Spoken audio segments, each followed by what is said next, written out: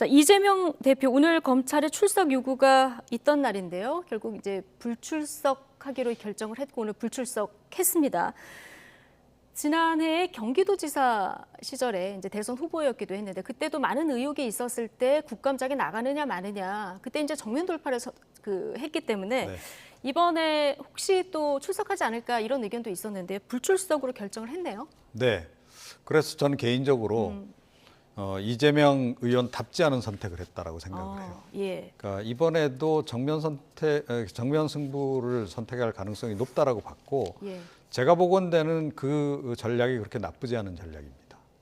그러니까 특히 어떤 전략을? 그러니까 직접 출두하는 정면 돌파해 나가는 네. 그 전략이 나쁘지 않다라고 판단하는 이유는요. 지금 어차피 지금 정치 탄압 프레임을 지금 걸려고 하고 있잖아요. 그걸 아주 가장 극적으로 보여줄 수 있는 장면 아니겠습니까?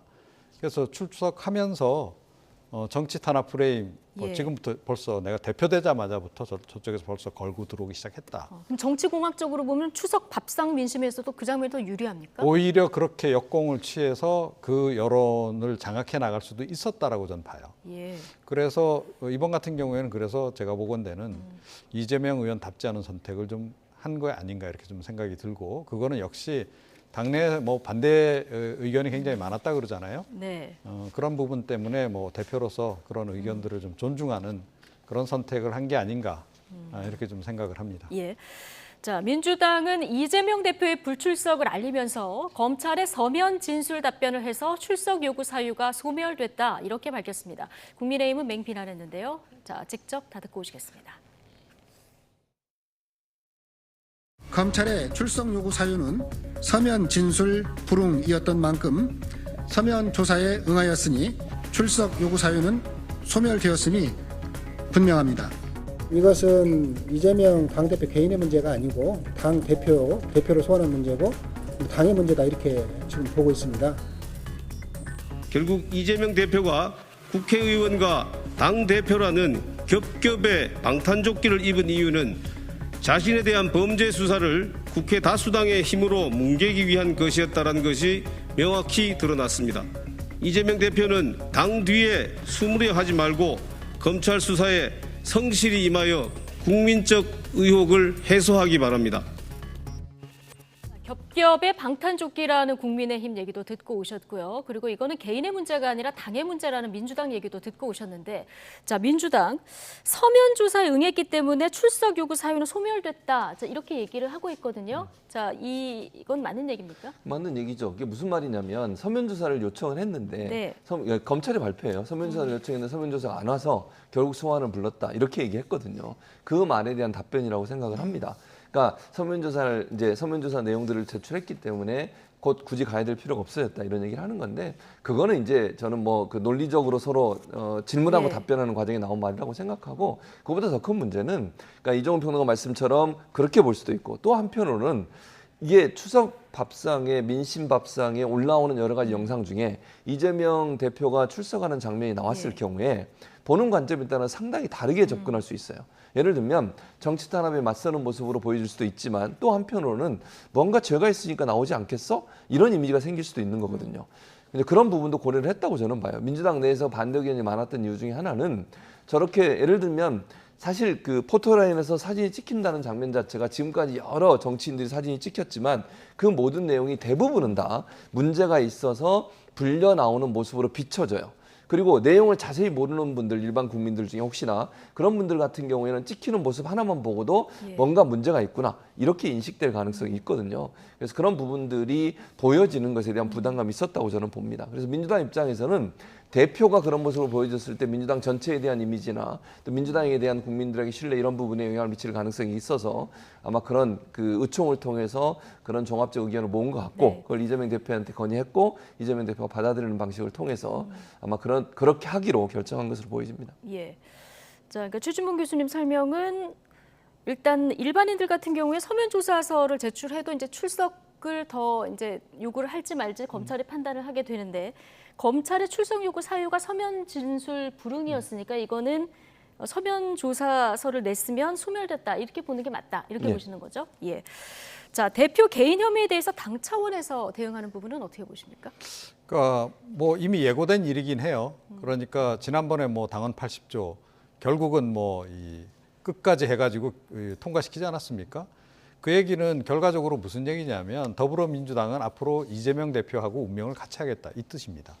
그래서 저는 그게 굉장히 이제 그 리스크가 따르는 선택이었다라고 좀 생각을 하고요. 향후에도 마찬가지입니다. 그러니까 뭐 사법 리스크라고 얘기를 하는데 이 수사 방향 또는 이 재판 방향이 네. 결과적으로 어떻게 될지 아무도 지금 예상하기 어렵다라고 봐요. 제가 보건대는 여전히 그러니까 이재명 의원은 그 처벌의 가능성이 상당히 남아 있는, 특히 대장동 관련해서는 꽤나 남아 있는 그런 그 상황이라고 보는데. 그래서 조응천 의원이 앞으로 이게 사실 의원총회에서 어제 불출석을 결정을 했잖아요. 네. 그걸 이재명 대표가 받아들인 거고요. 이게 앞으로 이제 이런 사법적인 문제가 발생할 때마다 의원총회를 열어서 결정할 거냐, 이게 좀 불편하다 이런 얘기를 했는데요. 그렇죠. 그런데 이게 단순히 불편함의 문제를 떠나서 예. 정치적으로 볼 때, 예를 들어 뭐 이제 선거 다음 총선을 앞두고 뭐 이재명 의원 관련해서 뭐 여러 가지 혐의가 뭐 재판 과정에서 뭐 사실로 드러나서 뭐 실형 선고를 받는다든지 이런 일이 벌어졌다라고 우리가 전제를 해보자고요. 예. 그러면 그 부담을 당이 고스란히 떠안아야 되는 상황이 돼버려요. 이렇게 되면. 그러니까 지금 당이 적극적으로 변호를 하다 보면 그런 상황으로까지 이제 몰릴 수 있는 겁니다. 예. 자, 이제 그런 부분들을 지금 안고 가겠다라고 지금 이제 더불어민주당 의원들이 지금 이야기를 하고 있는 건데, 제가 보건대는 그동안에 좀 보기 힘들었던 그런 선택이어서 조금 불안해 보이는 측면은 분명히 존재한다. 이렇게 지금 말씀드릴 수 예. 있겠습니다. 오늘 그 허위사실 공표 혐의가 이제 3가지 발언이었는데 여기에 대해서 일일이 이제 반박도 이재명 대표 측에서 했습니다. 근데 이날 검찰이 허위 발언 관련해서 오늘 경기도청을 압수수색했거든요. 네. 자, 이 시효가 얼마 남지는 않았는데 이거 증거 확보 차원이라고 보면 될까요? 근데 그렇게 검찰은 얘기를 하는데 네. 실제적으로 어떤 증거를 가져왔을까 이런 의문이 들어요. 그러니까 이거는 민주당 입장에서는 망신주기고 이거는 그건 검찰이 그냥 뭐가 있는 것처럼 보여주기 위한 어떤 행동이다 이렇게 지금 비판을 하고 있어요. 왜냐하면 이거 누구를 했냐면 그 당시에 성남시청에서 근무했던 분이에요. 그러니까 공보 업무 담당에서 근무했던 분이고 지금 현재는 경기도에 있는 어떤 그 경기도 내 어느 팀장급으로 일하고 있는 사람의 예. 책상이거든요.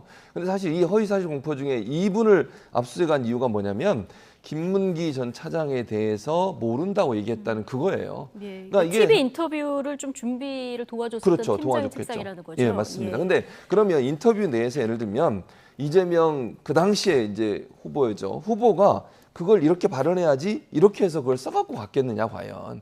이걸 이 문제 사실은 이걸 제대로 밝히려면 이재명 의원이 진짜 알았냐 몰랐냐를 알아야 되는 거잖아요. 그거를 압수수색해야 되는 건데 과연 이게 거기 가서 뭘 가져와서 그걸 증명할 수 있는 증거가 될지는 잘 모르겠어요 개인적으로.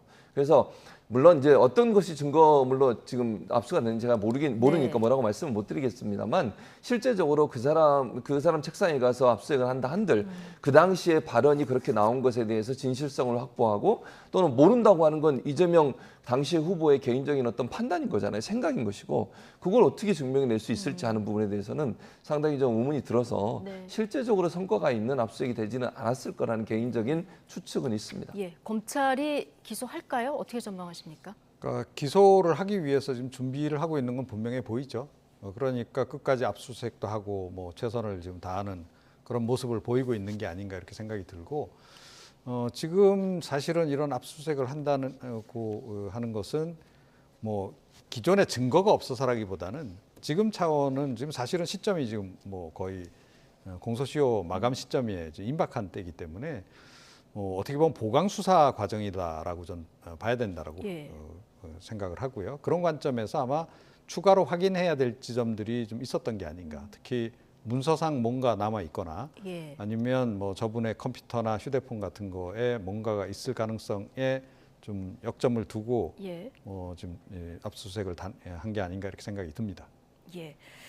자, 이거 맞불 차원일까요? 민주당에서는 김건희 특검법 당론으로 지금 채택을 하고 내일 발의하겠다 이렇게 밝힌 상황이거든요. 이 현직 대통령 배우자를 대상으로 한 특검 사상 초유일 수 있는데 이거 현실화될 가능성이 있습니까? 현실화될 가능성이 있다고 봐요 저는 발의는. 왜냐하면 이게 그러니까 일반적이지 않죠. 네. 정말 지금 말씀하신 것처럼 대통령 취임한 지 100일 정도 지났는데 대통령 배우자에 대해서 특검을 발의한다. 쉽게 결정할 수 있는 문제가 아니에요. 역풍을 맞을 위험성이 충분히 있는 거거든요. 네. 근데 지금의 상황이 역풍을 맞을 수 있는 상황이라고 보이지 않는다는 거죠. 왜냐하면 지금 오늘도 그 모 단체에서 그 학자들 단체에서 김건희 여사 관련된 논문 표절 문제에 대해서 입장을 밝혔습니다. 예. 자체 조사한 내용을. 그런 내용이 나오고 있죠. 김건희 여사 관련해서 여러 가지 의혹들이 나오고 있잖아요. 수의계약 문제도 나오고 있죠. 이런 여러 가지 문제. 또 김건희 여사 관련해서 지금 3가지 정도가 수사가 이루어졌었는데 거의 다 이제 불송치로 가닥을 잡고 결론이 나올 것으로 예상이 되는 예. 그런 절차들을 받고 있어요. 김건희 여사는 한 번도 소환된 적이 없습니다. 그리고 대학들 같은 경우 5개 대학이 논란이 되고 있는데 그 대학이 한 번도 압수수색 간 적이 없어요. 검찰이. 그런데 김혜경 씨나 지금 이재명 대표 같은 경우는 압수수색하고 소환 통보하고 실제 소환도 하고 이런 일이 계속 이루어지고 있죠. 예. 국민들이 볼 때는 이게 불공정하다고 보는 거예요. 이런 내용들 때문에 이게 역풍을 민주당이 고민하면서 이걸 당론으로 채택할 수 있었던 것은 그렇게 해도 국민들이 충분히 이해할 수 있을 거라고 판단했을 거라고 저는 봐요. 그리고 국민들도 궁금할 거예요. 과연 김건희 여사가 여러 가지 의혹들이 있는데 그 의혹의 진실이 뭘까? 예. 특검으로라도 한번 그러면 조사해 보자. 만약에 김건희 여사가 아무 문제가 없다고 하면 특검 조사에서 아무 문제 없이 나오지 않겠어요? 예. 그런 점에서 본다고 하면 특검이 발의될 수 있는 환경이 조성됐다 저는 그렇게 보고 그건 결국 김건희 여사가 여러 가지 행동들이나 아니면 여러 가지 지난 과거에 있었던 일들이 그 특검 발의가 이루어질 수 있는 환경을 만드는 요인으로 작용했다 이렇게 보여집니다. 예. 지금 특검, 국정조사 동시에 민주당이 추진하고 있는 이런 상황인데요. 이제 현실화될 가능성이 크다 이렇게 말씀을 하셨는데 또 한편에서는 대통령에게 이것도 이제 거부권이 있다 보니까 이게 이제 정치적 압박 차원이다 이런 분석을 하시는 분들도 있더라고요. 자, 네. 이종훈 평론가는 어떻게 보십니까? 뭐 기본적으로는 그렇죠. 그러니까 뭐 그동안에도 좀 말씀드리긴 했는데 김건희 여사가 지금 더불어민주당이 보기에는 이 윤석열 정부의 가장 약한 골이다 이렇게 지금 보는 겁니다. 그리고 실제로 지금 세간에는 김건희 여사가 뭐 최고의 실세다 이런 이제 소문도 돌고 있기도 하고 네. 하니까 뭐 이렇게 둘러가지 말고 곧바로 직진해서 이 실세로 거론되고 있는 인물에 대해서 문제 제기를 하는 것이 좋겠다. 이게 정치적 프레임을 거는 측면에서 볼 때도 이게 정석에 가까운 얘기인 거죠. 그런데다가 지금 제가 보건대는 김건희 여사가 윤석열 대통령 집권 이후에도 너무 거리를 많이 만들어 놓은 것 같아요. 그러니까 뭐 관저 뭐 예를 들어 공사 관련한 그런 부분이 대표적인 건데 정말 조심해야 될 예. 그런 상황에서 별로 좀 조심성이 없었던 게 아닌가 이런 생각조차도 좀 개인적으로는 하고 있거든요. 예. 자, 그래서 이 야당으로서는 굉장히 좋은 거리인데 이걸 그냥 넘어갈 수는 없는 거죠. 그런데다가 지금 이재명 의원이 지금 대표가 됐단 말이에요. 그러니까 향후에 이제 전국은 기본적으로 윤석열 대 이재명 구도로 가는 겁니다. 지난 대선의 연장전 구도로 이제 가는 건데 예. 그런 차원에서 볼 때는 당연히 이거는 제기 안 할 수가 없는 거고요. 윤석열 대통령이 이 특검법에 대해서 거부권을 행사해도 나쁘지 않다라고 생각할 겁니다. 아마. 예. 오히려 정치적으로는 훨씬 더 뭔가 뒤가 구리기 때문에 이거를 거부하는 거 아니냐. 떳떳하면 왜 숨느냐라는 민주당 식으로 입장 생각할 때요. 예, 민주당 쪽에서 공세를 취하기도 굉장히 좋은 그런 이제 사안인 거죠. 그래서 특검법은 어찌됐건 끝까지 지금 밀어붙이는 그런 그 상황이 아닌가 이렇게 예. 생각합니다.